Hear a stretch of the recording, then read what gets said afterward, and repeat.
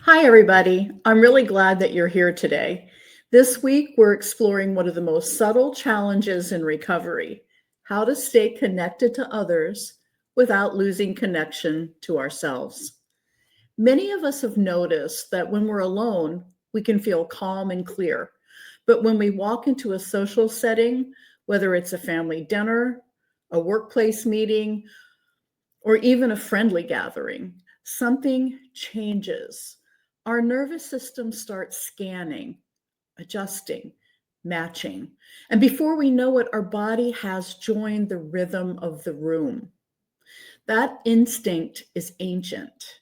It isn't weakness or a lack of willpower, it's biology.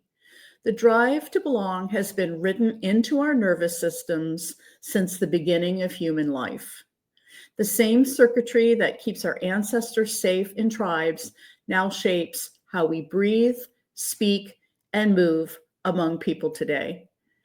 Our work this week is not to silence that wiring, but to update it, to teach the body that connection doesn't require imitation and that safety can come from authenticity. From birth, our nervous system learns that connection equals survival. When an infant is held, eye contact triggers a cascade of calming chemistry: oxytocin, serotonin, and endogenous opioids that quiet the stress response. Those early experiences lay down a template, what neuroscientists call social safety encoding. It tells the developing brain, stay close to people. That's how you stay alive. Decades later, that same template still guides us. When we enter a group, our brain's social engagement system activates automatically. Those regions monitor facial expressions, tone, and posture. And within seconds, we begin to mirror what we see. This is the mirror neuron system at work: specialized brain cells that copy the emotions and behaviors of others so that we can understand them and stay in sync. The result is what scientists call interpersonal resonance. It's the quiet pull that makes us laugh when others laugh, lean forward when they lean in, or soften our voice when the room goes quiet. In safe settings, this resonance feels wonderful. It's how we build trust and empathy. But in unsafe settings or in situations that include addictive cues, that same resonance can pull us into behaviors we later regret. The body doesn't ask why the group is doing something. It only knows belonging equals safety. That's why social cueing can be so powerful. Our biology is trying to keep us connected, even when that connection cost us our stability. Learning to belong without blending in means retraining this reflex.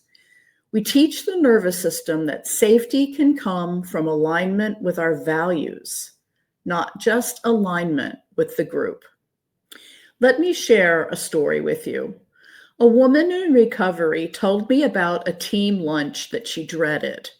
Every month, her department went to the same restaurant, and every month, she promised herself she'd stay steady.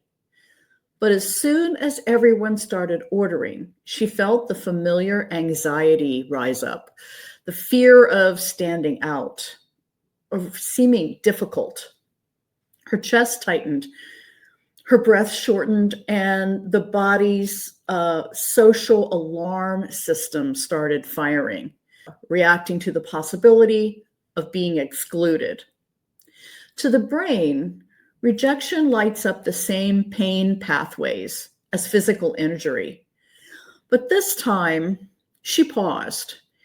She placed both feet on the floor, felt the chair underneath her, took one slow breath. She reminded herself safety doesn't depend on matching them. So when the waiter came, she ordered quietly, no explanation, no defense. Nothing dramatic happened. Conversation continued, and she noticed something remarkable. The tension drained from her shoulders. For the first time, she left that lunch feeling proud instead of depleted. Her nervous system had learned a new association. Honesty can coexist with connection. That's the heart of this week's work, experiencing safety while being true to ourselves. Imitation often starts from kindness. We don't want to make anyone uncomfortable. We want peace. And in the moment, compliance provides quick relief. The amygdala registers decreased threat, and cortisol drops slightly. The body reads that as success. But it's a false peace. Afterward, another network, the medial prefrontal cortex, responsible for self-evaluation, recognizes that we've crossed our own boundary. This mismatch creates what psychologists call cognitive dissonance, the uncomfortable gap between what we believe and what we just did. Physiologically, it shows up as fatigue, mild nausea, or irritability. If this pattern repeats, the body starts associating social settings with exhaustion. We become hypervigilant, anticipating the next moment we'll have to trade authenticity for approval. The long-term consequence is emotional burnout. Studies on chronic people-pleasing show elevated inflammatory markers because constant self-suppression keeps the stress system activated. So when we talk about belonging without blending in, we're not just talking about emotional boundaries. We're talking about physiological repair. Every honest no lowers stress chemistry and restores coherence between the brain, body, and values. Belonging is a felt sense long before it's a thought. The nervous system gauges safety through subtle shifts. Warmth in the chest signals vagal activation. Easy, steady breathing indicates parasympathetic dominance. Tightness, shallow breath, or a racing heart signal threat. When we fake agreement or hide discomfort, our physiology moves into a state called mixed activation. The sympathetic and parasympathetic systems fire at the same time.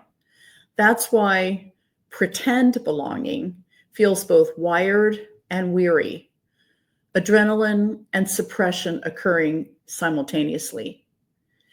Honesty reverses that. When we speak truthfully in a safe environment, the vagus nerve releases acetylcholine, slowing heart rate and lowering blood pressure. Muscles lengthen, digestion restarts, the voice deepens. The body interprets authenticity as safety. This isn't philosophy, it's measurable. Research from the Polyvagal Institute shows that heart rate variability, a marker of nervous system flexibility, increases when people practice congruent communication. In plain language, when our inside matches our outside, the body relaxes. Each repetition of this pattern rewires prediction pathways in the brain's default mode network. Gradually, truth equals danger becomes truth equals calm. That's the biological foundation of real belonging. Another story for you here. A man in early recovery was invited to a big family celebration. Food and drink were central, and every part of him wanted to avoid it. But he decided to go, focusing not on the menu, but on the people. He told me that as soon as he arrived, the old reflexes came roaring back, the smell, the laughter, the expectation. His pulse jumped, his mouth went dry, and in that moment, his amygdala had tagged the scene as a replay of past danger. But instead of leaving or pretending, he quietly stepped outside for 2 minutes. He used one of the simplest grounding tools we teach, visual orientation. He looked at the trees, counted a few breaths, and felt the cool air on his skin. Those sensory inputs signaled his thalamus and prefrontal cortex that the present moment was safe, not a threat from the past. When he went back in, the room looked the same, but he felt different. He spent the evening talking with cousins, laughing, genuinely relaxed. No performance, no depletion, just participation on his terms. That night, he said, I finally felt like I belonged there, not because I joined in everything, but because I didn't have to hide. That's nervous system learning in action. There's usually a clear turning point in recovery when we tell the truth and stay steady afterward. It's not dramatic, it's quiet, almost ordinary. Yet internally, it's revolutionary. When the body experiences connection without performance, it updates its survival map. The hippocampus, which encodes memory, stores this as new evidence. Authenticity did not lead to loss. The next time we face a similar moment, the prediction of danger is weaker. Over time, that becomes a stable trait, self-trust. This is how emotional safety becomes physical safety. We begin to show up to gatherings without that subtle armor we used to wear. Our breathing stays even. Our muscles don't brace. We enter and leave as the same person. That consistency creates what psychologists call self-coherence, a measurable predictor of resilience. It's why authenticity feels so good. It's metabolically efficient. We're no longer burning energy managing impressions. Let's look more closely at what's happening biologically when we interact with others. Mirror neurons and empathy. In the 1990s, neuroscientists in Parma, Italy, discovered neurons that fired both when a monkey performed an action and when it observed another doing the same. Humans have a complex version of this system. Mirror neurons help us read intentions and emotions instantly. They are the basis of empathy, but also of imitation. When the group around us is calm, our mirror neurons cue calm. When the group is impulsive, they cue urgency. Awareness of this system allows choice.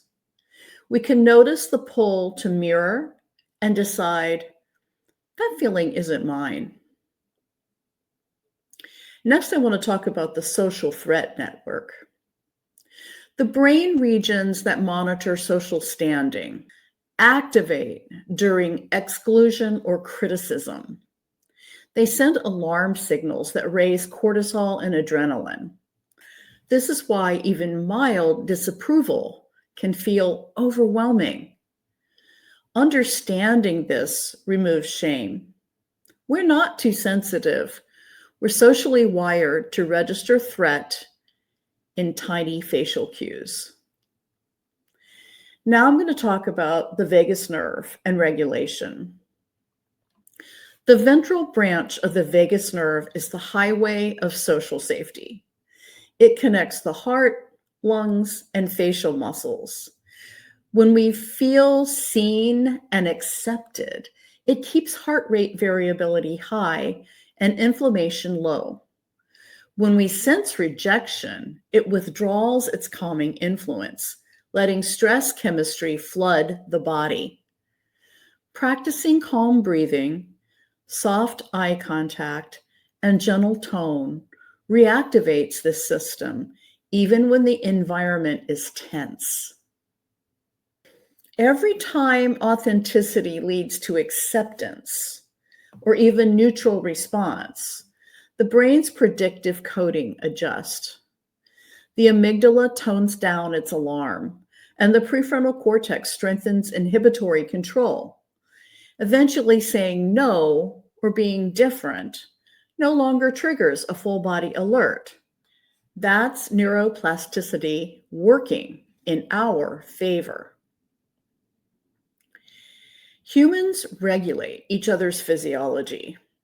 When one person maintains a slower breathing rate, others unconsciously match it. Studies using heart rate monitors in therapy groups show synchronization within minutes when one member holds calm focus.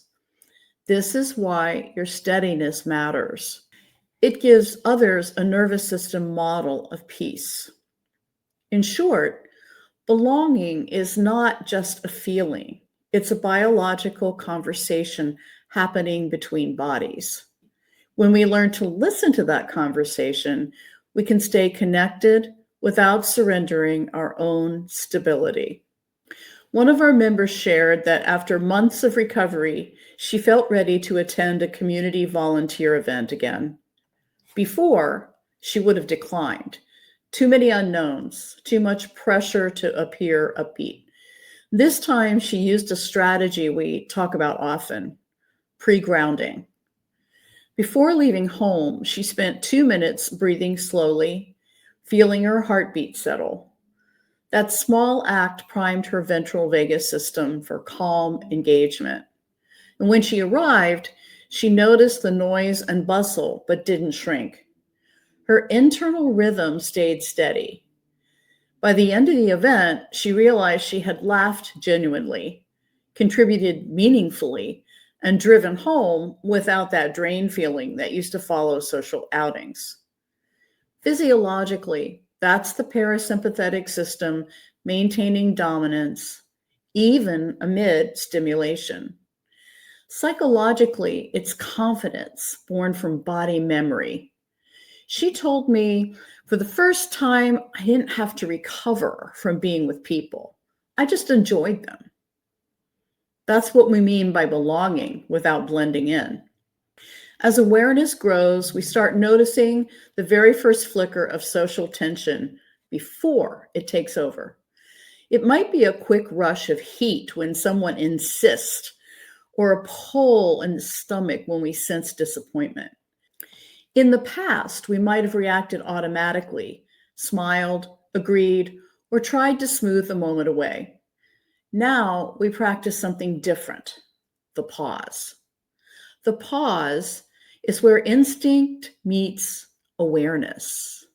It gives the nervous system a few seconds to remember that we're not in danger, we're in choice.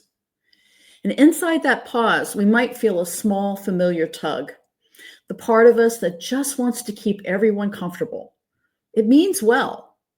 It remembers earlier times when agreeing was the safest thing to do. When that urge shows up, we don't have to fight it. We can simply say inwardly, I know you're trying to keep me safe, and I'm okay right now. That moment of reassurance has measurable effects. Heart rate steadies, the body takes a deeper breath, the prefrontal cortex comes back online. We start experiencing what real safety feels like, staying present and calm, even while holding our ground. At first, the pause feels awkward. The body's used to moving quickly toward relief. But every time that we sit through a moment of discomfort and the world doesn't fall apart, the brain records a new outcome. And that's how change happens, not through force, but through repetition and evidence. And over time, the pause becomes natural. The nervous system begins to predict calm instead of chaos, and that prediction becomes confidence. Imagine being offered something you'd rather decline. You feel the familiar pressure rise inside. Just go along. Don't make it awkward. Then, instead of reacting, you take one slow breath and give yourself permission to wait. And in that brief silence, something steadier in you speaks up.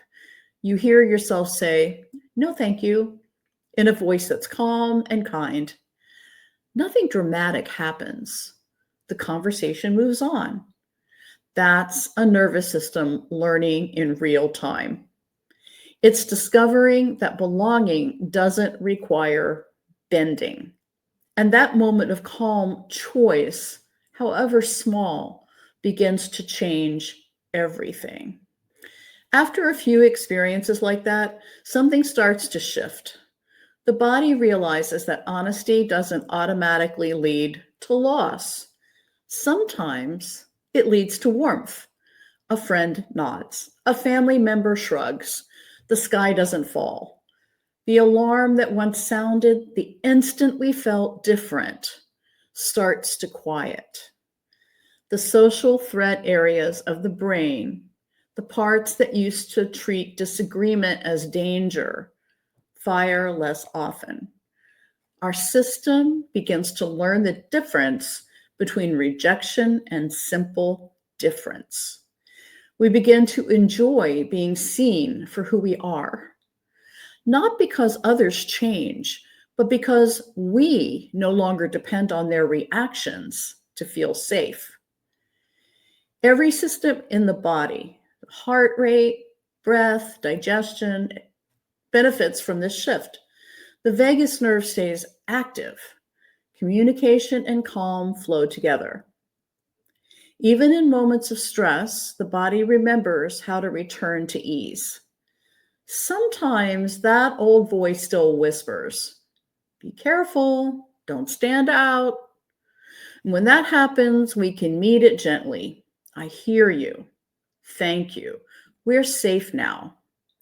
Each time we do, the body learns again that steadiness is possible. And little by little, confidence becomes who we are, not something we have to perform. A woman in our community once told me about a conversation with her manager that used to undo her completely. Any hint of criticism, and she'd start talking too fast, trying to defend herself. One day, she noticed what was happening. The old panic rose, but she paused instead of rushing to explain. She felt her feet, took one steady breath, and waited. And when she finally spoke, her voice was calm and factual. The meeting ended quickly, without tension. Later, she said she recognized what had happened. A younger part of her system, one that used to equate disapproval with danger, had finally learned a new lesson. The body had stayed safe, even when someone was unhappy. That moment rewrote years of conditioning. She hadn't blended in to please. She stayed aligned and steady. And afterward, she felt the unmistakable relief of self-respect. Comfort used to mean the absence of conflict. Now it means the presence of truth. When we live from alignment, the comfort deepens in layers. In the physical layer, the jaw softens, the shoulders drop, and breathing deepens. These are signs that the body has shifted into safety. In the emotional layer, we stop rehearsing responses in our heads. Our focus turns outward. Curiosity replaces self-consciousness. And on a relational layer, the other person feels the difference. They sense they're speaking with someone anchored and calm.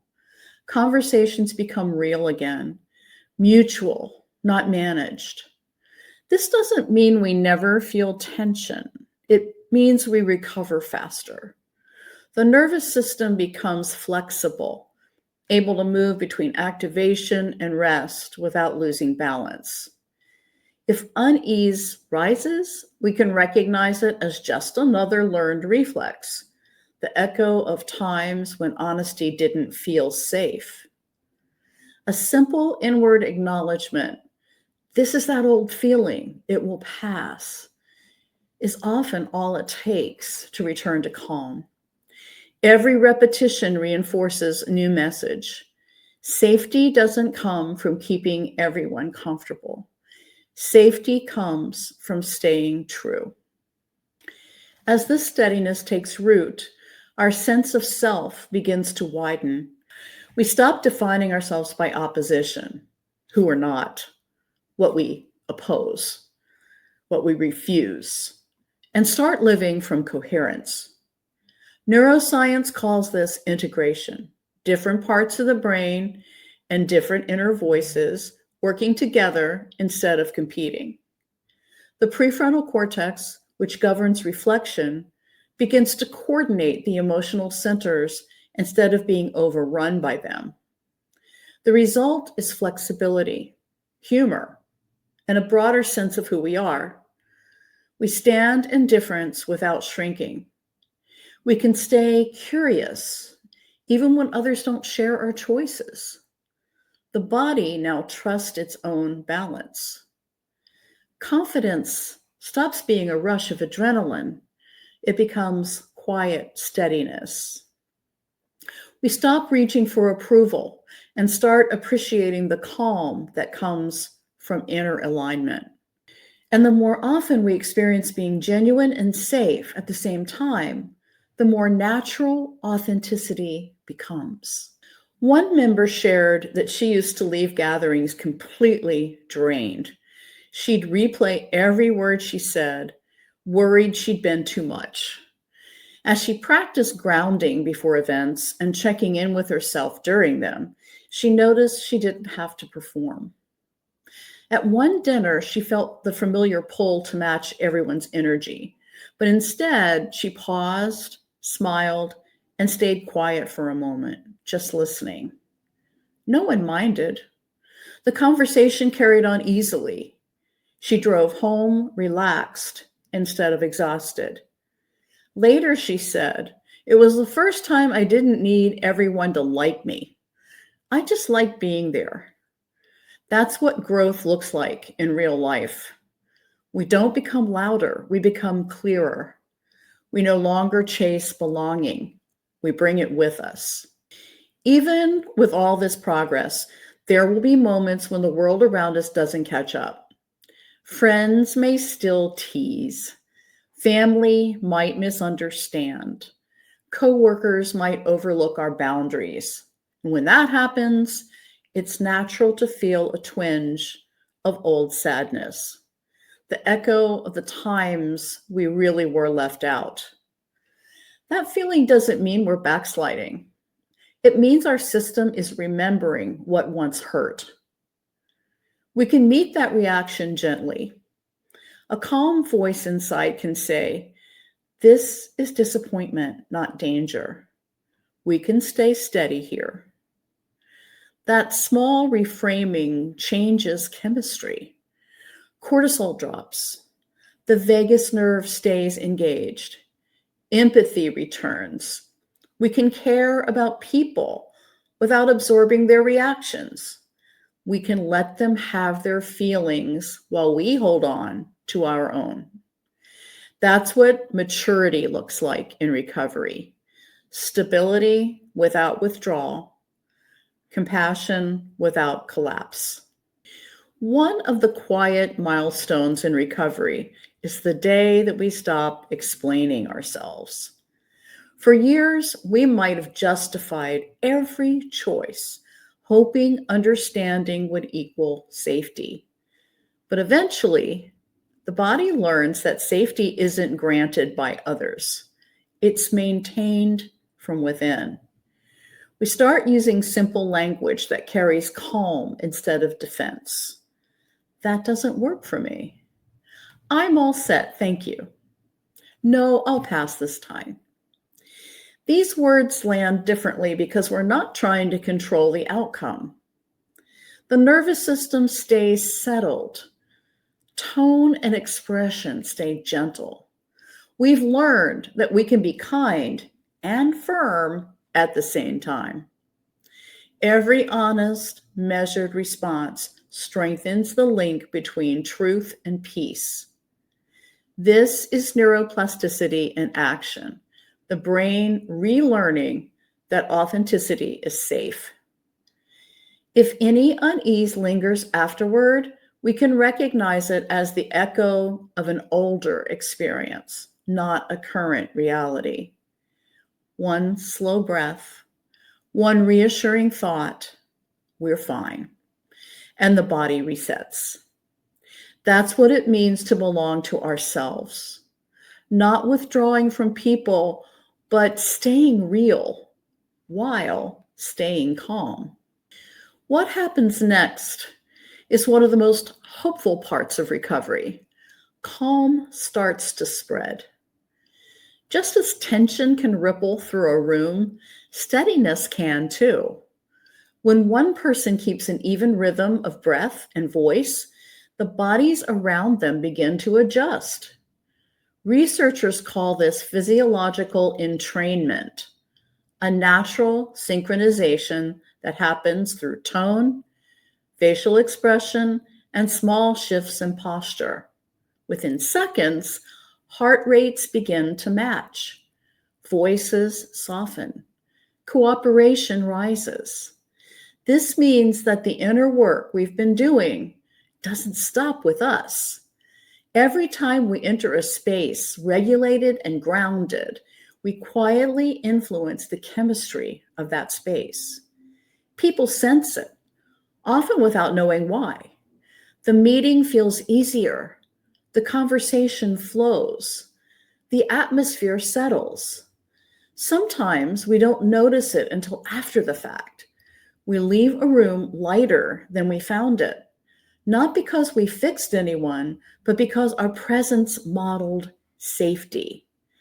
That's the quiet power of regulated belonging. It restores balance instead of demanding it. One member described a tense committee meeting that used to leave her exhausted.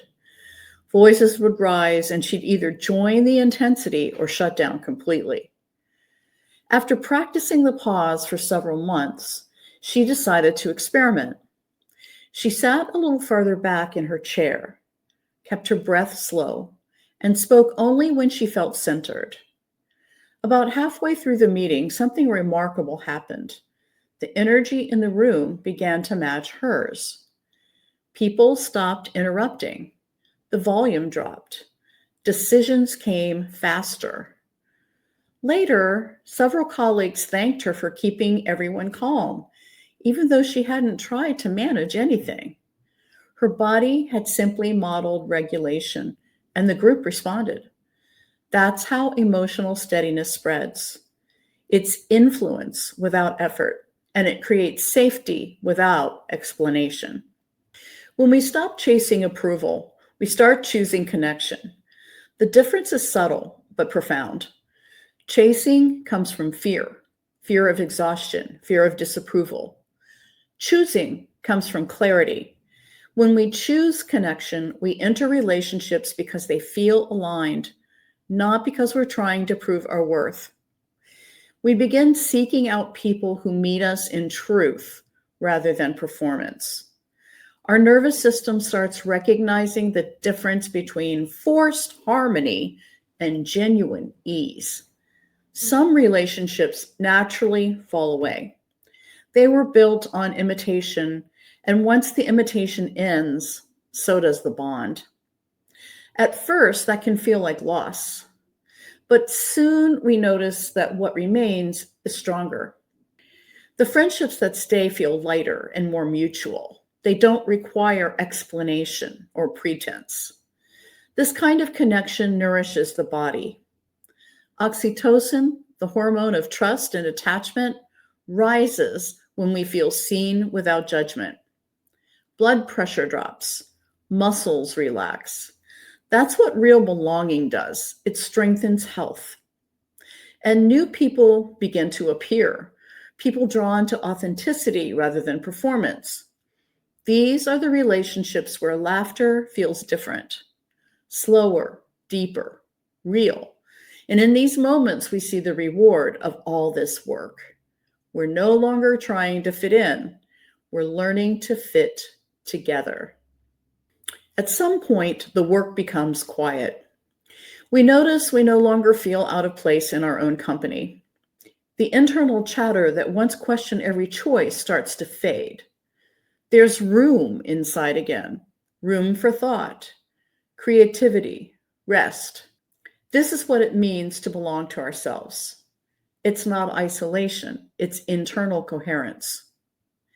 All the systems that once pulled in opposite directions, the social reflexes, the protective habits, the critical thoughts, they all begin to align. From a neuroscience perspective, this is autonomic balance. The sympathetic system, which mobilizes us, and the parasympathetic system, which restores us, find rhythm. Energy returns, sleep improves, mood steadies. From a lived perspective, it's peace. We stop negotiating every decision with fear. We trust ourselves to handle discomfort, to rest when tired, to speak when needed. This is where recovery starts to feel sustainable. It's not about managing every situation perfectly. It's about carrying internal steadiness into whatever situation comes. We bring safety with us instead of searching for it. When we find steadiness inside, we naturally begin to extend it outward. We interact differently, with more patience, more humor, more grace. We stop seeing people as right or wrong, allies or threats. We start seeing them as fellow humans, each navigating their own set of instincts and histories. This expansion doesn't mean we say yes to everyone. It means our yes and no both come from the same calm center. We can stand firm without tension and walk away without resentment. The freedom in that balance can't be overstated. It allows us to participate in community, not because we have to, but because we want to. Our presence becomes a quiet permission slip for others. They see that it's possible to stay authentic and still belong. That's how healing ripples through families, workplaces, and communities, one calm person at a time. A woman told me about attending a large family reunion after years of avoiding them. She'd always left those gatherings feeling triggered and misunderstood. This time, she prepared differently. Before she left home, she sat for a few minutes, breathing until her body felt settled. She reminded herself, I can stay connected and calm. I don't have to blend in to be loved. And when she arrived, the noise and laughter hit her all at once. She noticed her body tense. That's an old reflex. But she stayed present. She talked with a few cousins, stepped outside when she needed, and came back when ready. And at the end of the night, she realized she hadn't faked a single smile. She laughed when something was funny and stayed quiet when it wasn't. She drove home proud, not drained. That's belonging without blending in. It's connection on our terms, steady, respectful, and real. The wider world may not change, but our internal reference point does. Integrity becomes our compass. And by integrity, I don't mean perfection. I mean inner alignment. When our thoughts, emotions, and actions move in the same direction, external noise loses its authority. We can walk through environments full of cues and stay steady. The stimuli still register, but they no longer dictate our behavior. This is discernment, our ability to choose which signals to absorb and which to release. It's freedom through clarity. We can participate in culture without being swallowed by it. Integrity also keeps the nervous system efficient. It reduces the need for constant self-monitoring, which saves energy. That's why people in long-term recovery often describe a new sense of spaciousness. It's not mystical, it's biology, working correctly again. Among all the abilities recovery restores, presence may be the most transformative. Presence is attention without pretense. It's the way we listen when we're not defending ourselves, the way we look at someone without trying to manage what they think. Presence builds trust faster than any words can. People feel when they're being seen rather than evaluated. That sense of safety softens communication and allows connection to deepen. Practically speaking, presence looks like this: breathing steadily while someone else speaks, noticing when your mind drifts to worry and gently coming back, allowing silence without rushing in to fill it. These moments keep both people regulated. They maintain the steady rhythm that makes real dialogue possible. Presence isn't a technique, it's a state of nervous system balance. The more time we spend there, the more our relationships reorganize around it. There comes a point when we realize that the steadiness we fought so hard to build is now shaping the world around us. Families begin to interact differently because our calm makes gatherings easier. Workplaces start adopting slower, more respectful rhythms because we model steadiness under pressure. It's not loud influence, it's quiet gravity. Our peace creates a field where others can find theirs. This kind of influence doesn't demand recognition. It's not about leading or teaching. It's simply the outcome of living congruently, being the same person in every setting. People feel that, and they trust it. That trust becomes the foundation for healthier communities. Freedom doesn't announce itself. It arrives quietly. It shows up in small moments. The morning we don't rehearse a conversation in our head. The evening we attend a gathering and forget to be self-conscious. Freedom is the space between impulse and response. It's the breath that says, I am safe enough to choose.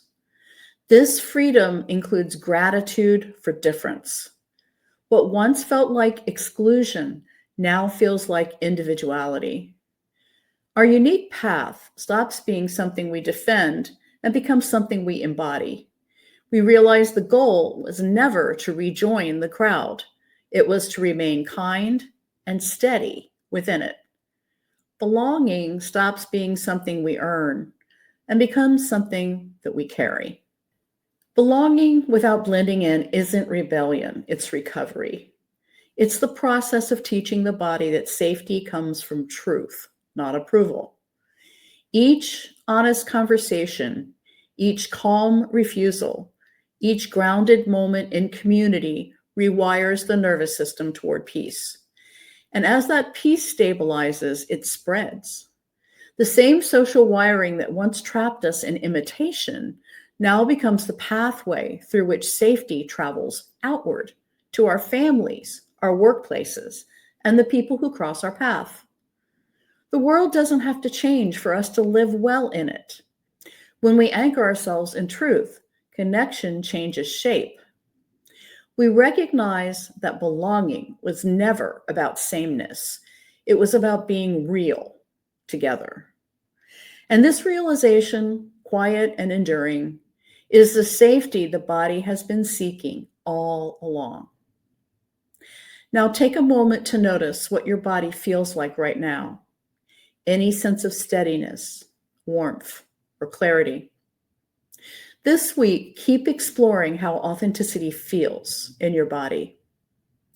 Each time you stay calm and real in connection, your nervous system learns that peace and belonging can coexist. That's how freedom takes root, quietly, one honest moment at a time. Thank you for listening.